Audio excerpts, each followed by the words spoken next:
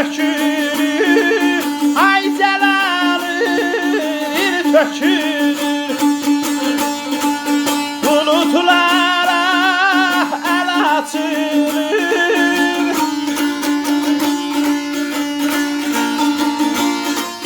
bulutlara əl açılır, səmalara ay balam dil tökülür, səmalara ay canım dil tökülür, dil tökülür, dil tökülür,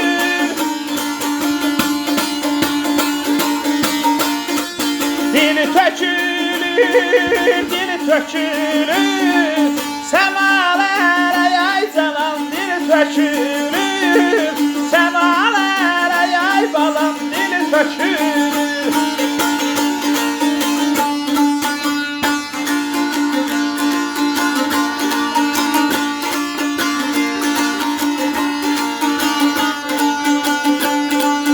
Gözəl ustadımız Bəşiroğlundan Təbriz gözəlləməsində qulluğunuza bir cəlalı çatdırıram. Təbiyyətin öz halı var, ay cəlanır il tökülür, bulutlara əl açılır, səmalara dil tökülür.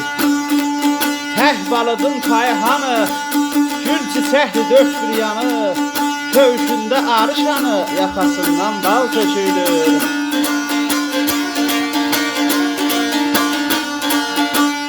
Arzusu çox, həvəsi bol, zirvələrə gedir bu yol. Ya olsu ol, ya səyyah ol, bucağına gül tökülür.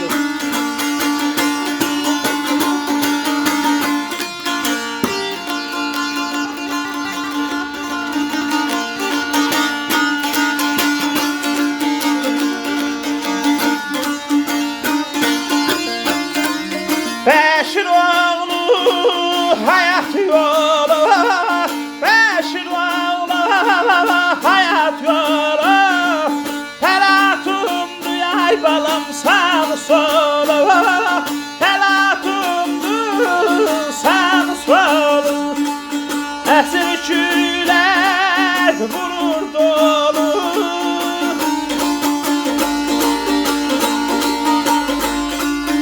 əsir külər vurur dolu, meyvələr yay balam çal tökülür, meyvələr yay balam çal tökülür, çal tökülür, çal tökülür, çal tökülür, çal tökülür.